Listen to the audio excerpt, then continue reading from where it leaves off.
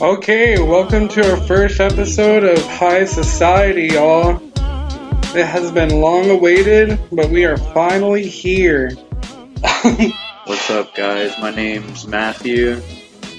And I'm Bradley. This is High Society.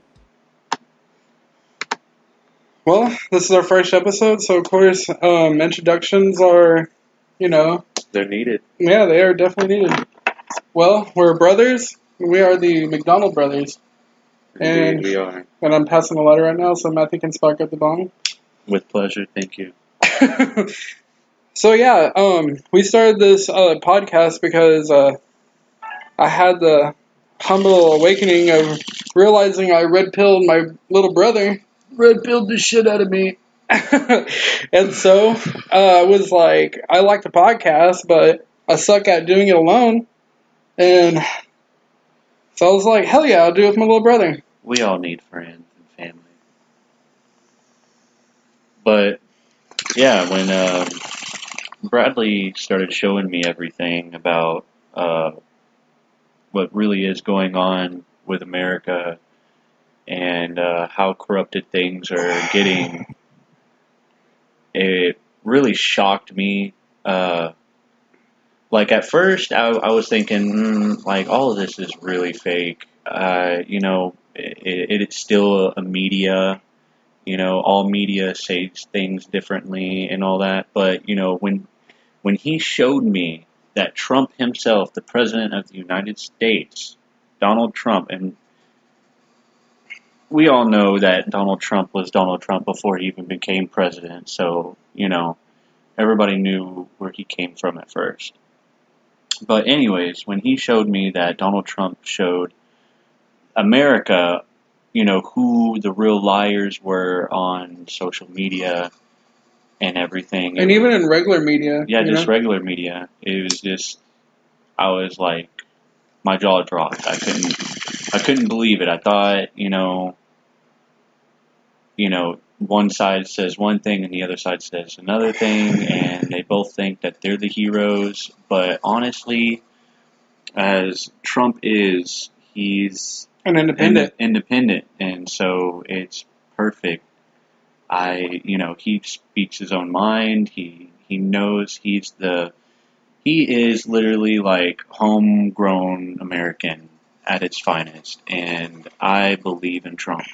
Yeah, and see, that's what red-pilled me, okay? So I grew up in pretty much a Republican family. And, going to school, I was indoctrinated into, of course, this democratic socialism that they're trying to push now. But in the early days in school, they try to brainwash you, when you're in school, back all the way to elementary school, all the way to high school. And they're trying to, slowly put in these, socialist seeds. Well, anyway, that's what pushed me to vote for Obama. And I was, really indoctrinated. I really didn't know any real facts except for these emotional talking points. And once I started figuring out the facts for myself, and I was actually introduced to InfoWars, just by chance. I found an article on someone's Tumblr page. I don't know how that happened because, that's really weird for Tumblr, for anyone to really have a conservative mindset at all on that fucking website. But anyway, so I found an article in there, and it was talking about Obama manipulating the GDP and the economy through Obamacare and stuff, and I was like totally red pilled from that point on. And yeah, so here we are. So we just we're repping from Dallas, Texas, and Houston, Texas. Yep. But at the moment, I'm here visiting my brother in Dallas. So glad to be back home. That's where we're born and raised. Yeah. Was in Dallas. So, anyways, thank you guys. Our main inspiration here is InfoWars.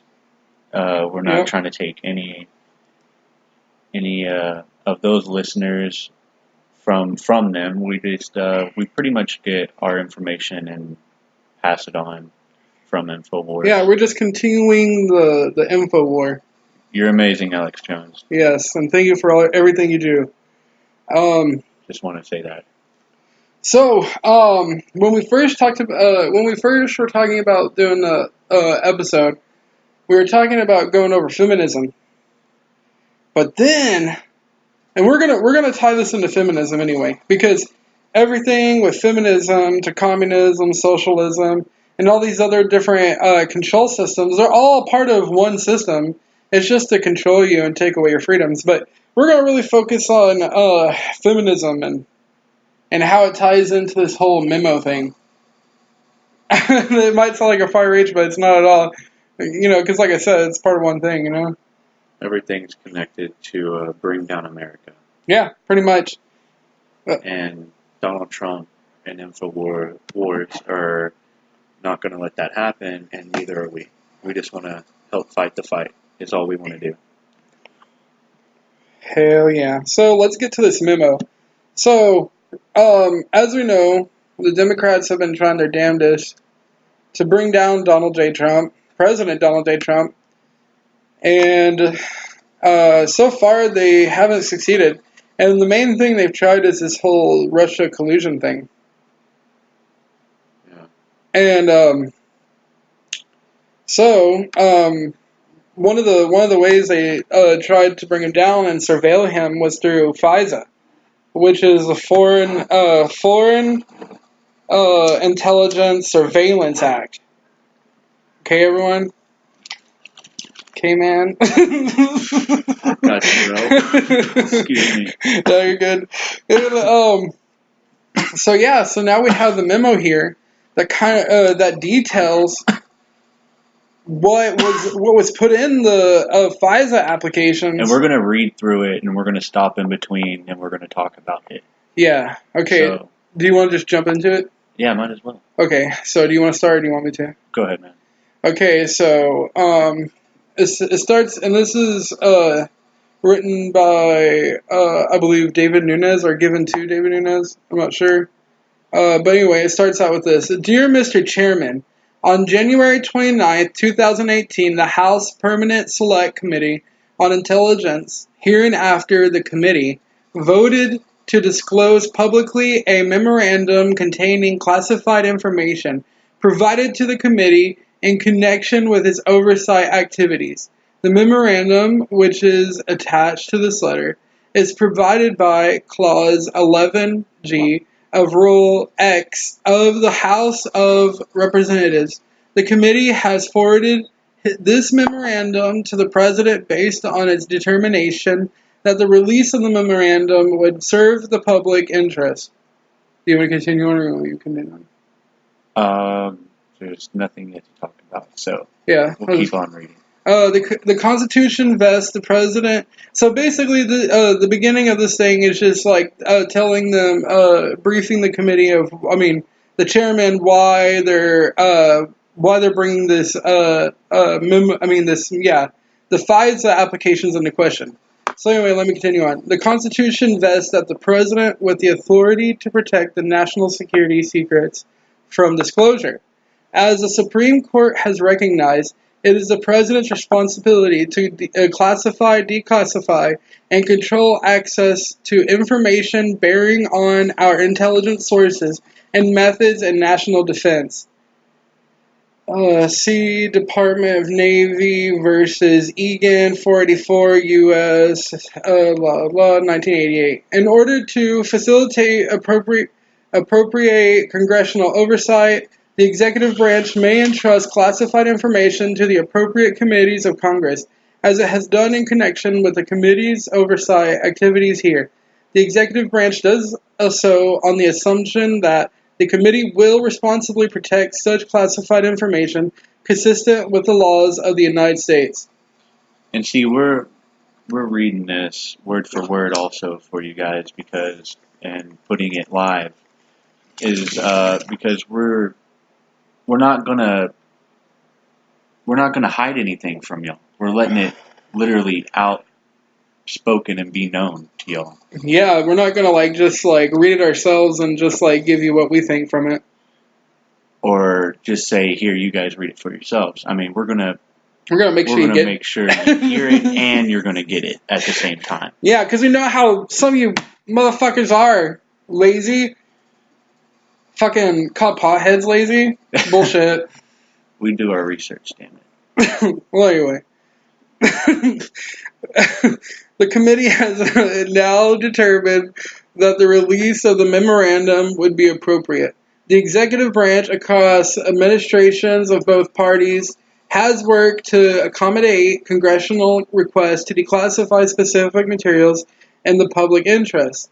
However, public release of the classified information by unilateral action of the legislative branch is extremely rare and raises significant separation of power concerns. Accordingly, the committee's request to release the memorandum is interpreted as a request of declassification pursuant to the President's authority. The President understands that the protection of our national security represents his highest obligation. Accordingly, he has directed lawyers and national security staff to assess the declassification request consistent with the establishment standards governing the handling of declassified information, including under Section 3.1d of Executive Order 13526. Those standards permit declassification when the public interest in disclosure outweighs any need to protect the information.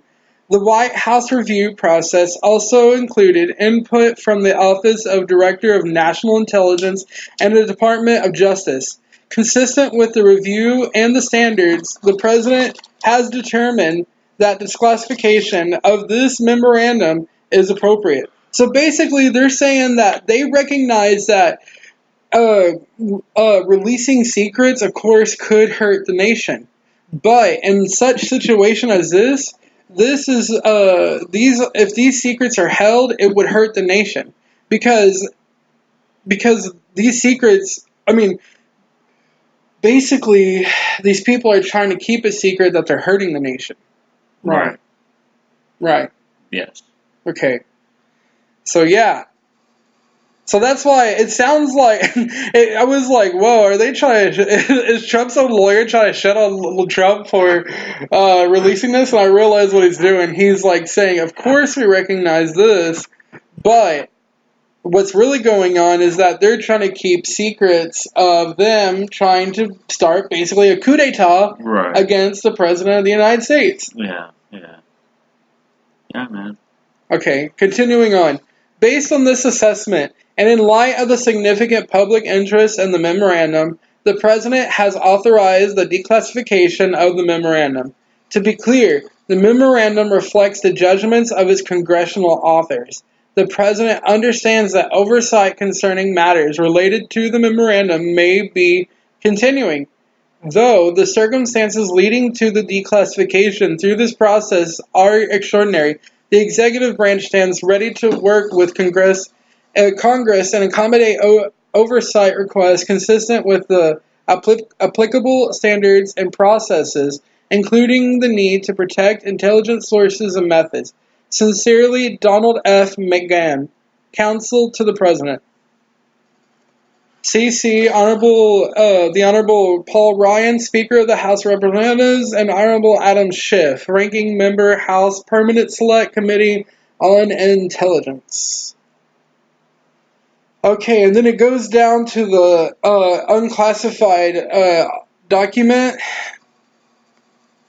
and let's see, it says declassified by order of